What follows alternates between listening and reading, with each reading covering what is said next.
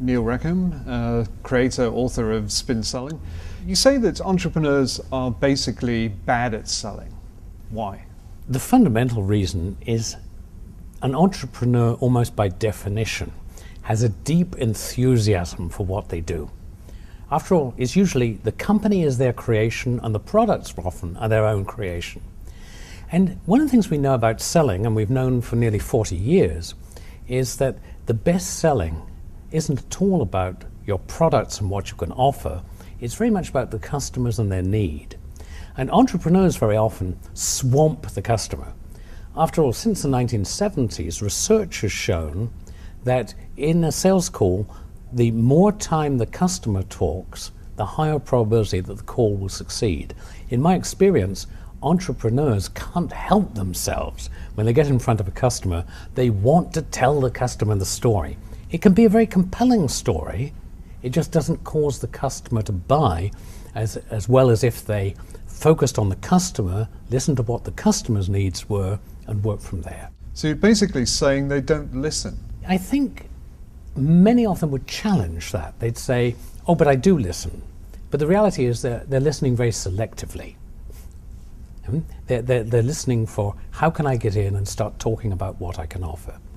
When you study highly effective salespeople, one of the things you find is that highly effective salespeople talk about solutions, talk about what they could offer very late in the sales process. Less effective people can't wait to start talking about what they can do. And of course, entrepreneurs are impatient people. And often they'll jump in too quickly and start talking about answers.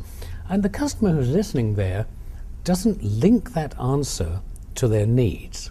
Because customers have to start with what they need and then move to what fulfills that need. They don't like starting with a product and trying to work backwards. And too many entrepreneurs say, we have this great thing, do you need it? And the answer they often get is, it is a great thing, but we don't need it. And they have that passion and commitment to a product or service, and that's basically what they're trying to push. I don't want to in any way suggest that passion is a bad thing. Controlled passion is what's such a good thing. And when it gets in the way of listening to the customer, focusing on the customer and the customer's need, that's when it hurts.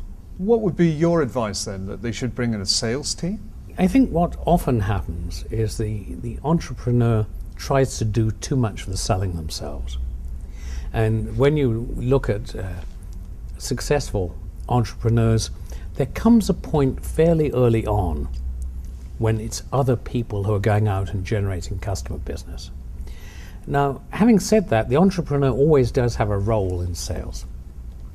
The more complex the sale, the more the senior person in the organization has to be there representing the organization and what it will offer. But the fundamentals of selling are often best left to someone else. At the core of Spin Selling is that you should listen to the customer and add value wherever you can. How is selling changing nowadays, particularly at a time of recession? Well, let's look specifically at how selling is changing, and then what the recession has added on top of that in terms of complexity. One of the ways in which selling is changing is the average customer no longer exists.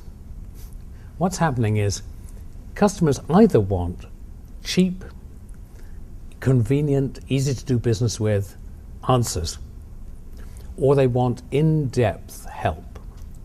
Now, the problem with in-depth help is it used to be that customers were fairly satisfied if you gave them a little bit of help because you were only charging them a little bit higher margin, and that model seemed to work for a long time. But what's happening is competitors are really smart, and this has been exaggerated by the recession, say, hey, the mousetrap is no longer enough to bring us business. Yes, we have produced a better mousetrap, but we've got 16 or 18 competitors who've also got a mousetrap. So what we have to do is create more value. And we create more value by adding to the mousetrap in terms of advice, in terms of customization, in terms of helping customers analyze their problems. And all of those things are costly and they take time. And what the winners are doing more and more is they're over-resourcing the opportunities they want to win. And that's put the bar up for everybody else. So it means that you can't half be in the consultative selling business because competitors are out-resourcing you.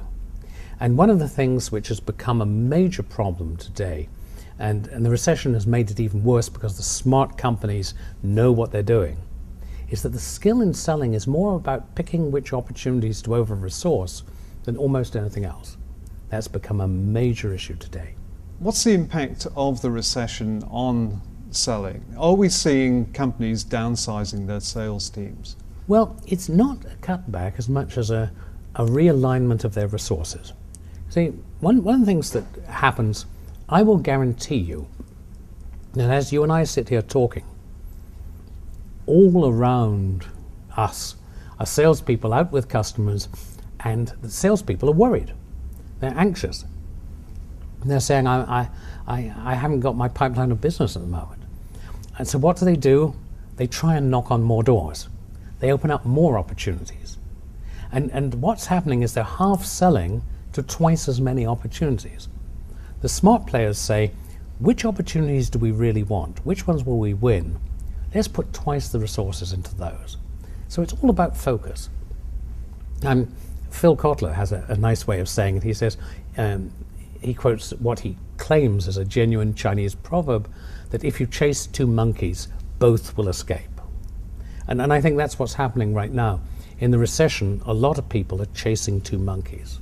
You mentioned Phil Kotler. You wrote an article with him in the Harvard Business Review a few years ago that looked at the two sides, marketing and sales, and saw that basically they were dysfunctional in many instances. Yes, in fact, we called the article Ending the War Between Sales and Marketing. When you think about it, that's a bizarre thing. Because sales and marketing are the two functions that drive revenue. You have only two revenue-generating functions. And you'd expect they'd work fairly closely together. One of the things we found was over 70% of CEOs are dissatisfied with how their sales and marketing operations are working together. And there are reasons for that. One reason is they're different animals. Generally, a marketing person comes with an MBA, has formally learnt marketing and marketing tools and marketing techniques, tends to be more intellectual, more cerebral. The salesperson is still, in many areas, a fairly seat-of-the-pants individual. They often haven't had any great education or training. Their skill is working with individual customers. They're not good at data. They're not analytical. And when these two come together, they're very, very different animals, and they sometimes just don't communicate. There's plenty of room for conflict between the two sides. Yes, particularly, of course, what often happens is they're competing for the same budget. So the head of sales will say, look, for this marketing campaign that you want to put on, we could get 10 extra salespeople out on the street. Now, here's one of the other dilemmas. Marketing may be much more strategic, but in becoming more strategic, it's become less measurable. So I can tell you, if I put 10 more salespeople on the street, almost exactly what I'll expect in terms of increased revenue. Marketing has great difficulty in explaining what will come out of a marketing campaign that will be the equivalent of that. But in a recession, you're likely to see companies cut back on marketing teams rather than their sales teams. Yes, companies are shedding marketeers. In fact, in the US at the moment, it's not just junior marketing people who are going. The tenure of a chief marketing officer is something like 16 months at the moment on average. So there's a lot of turnover of marketing people. And also there's a great oversupply of marketing people. In the United States, there are 1,400 graduate level marketing programs in US universities and business schools. There's 40 sales programs, from which you might think that there's 1,400 marketing jobs for every sales job, but not at all true. So what's happened is marketing is not standing up too well to the hard times, and there's a lot of marketing people out there just looking for opportunity. Many of them, this is the good news, are moving into sales. And if I were looking at the sales of tomorrow and what skills you need, I think a marketing background is an excellent, fundamental qualification for getting into the sales area. Are there areas of that HBR article that you'd like to update, or is the diagnostic tool still relevant today? Yes, in that article we were mostly concerned with getting a dialogue between sales and marketing. So we put together a questionnaire to allow people to assess how integrated sales and marketing was in their companies. And that's been very widely used. In fact, there were more requests for reprints of that article than anything else that HBR had published in the 3 previous years. And I think it was mostly because it had a diagnostic tool in it that people found useful. But that got a dialogue going. It doesn't solve the problem. I think the thing which is interesting is, as selling is moving into 2 very distinct types of sale, the transactional sale, which tends to be a very low cost, standard product, customers self-select, they don't want salespeople, and the consultative sale, which is getting deeper and more complex and more sophisticated all the time. We understand the role of marketing in the transactional sale. Because after all, if you are trying to run a business where you're getting a lot of low-cost product out to a large customer base, the fundamental skills you need reside much more in marketing than in sales. A good brand is enormously helpful. Great advertising, it really helps. All of these things, databases, good collateral, the things that marketing traditionally produces are what drive the transactional sale. In fact, when Phil Kotler and I did a session for chief marketing officers at Kellogg last year, I did something rather naughty. I said, what are the competencies we need in the transactional sale? Where do they come from, sales or marketing? And most of the competencies, we all agreed, came from marketing. So I said, shouldn't marketing own transactional selling? And the majority of people put their hands up and said yes. And so I said, well, perhaps we should give you quotas, we should put you on commission. At the end of the year, if you don't perform, we should fire you. Can we take the vote again? Not so many hands up the second time. But quite seriously, in the transactional sale, the tools you need to drive the business largely come from marketing. And yet, very often, the transactional sale comes under sales, and there's an uneasiness there. We need to find a better way of bringing the marketing tools and marketing competencies to drive the kind of business where you have fairly standard products. Now, let's turn to the consultative sale. At the time I was writing the article, we were banging our heads together saying, well, what's the role of marketing in the consultative sale?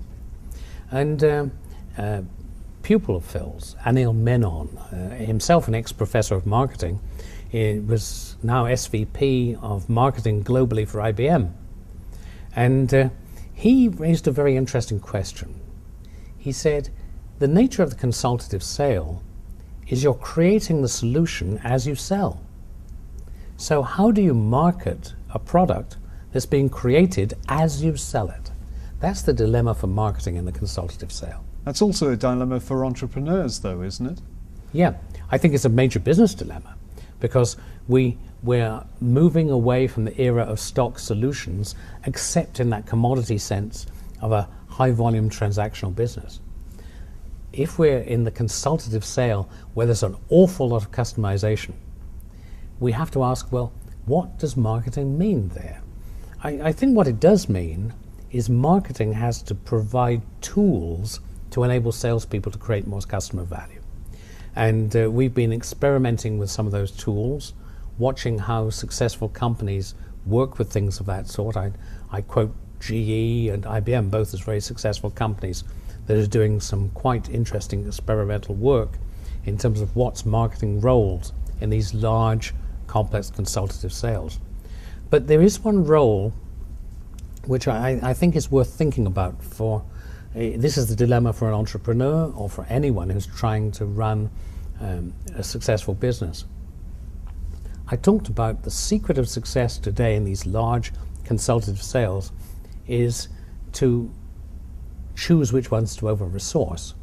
In IBM Global Services, for example, it costs $480,000 US to make a bid on a piece of business, whether they win it or whether they lose it. The issue is who chooses whether to pursue that piece of business. We can no longer let the salesperson make the choice.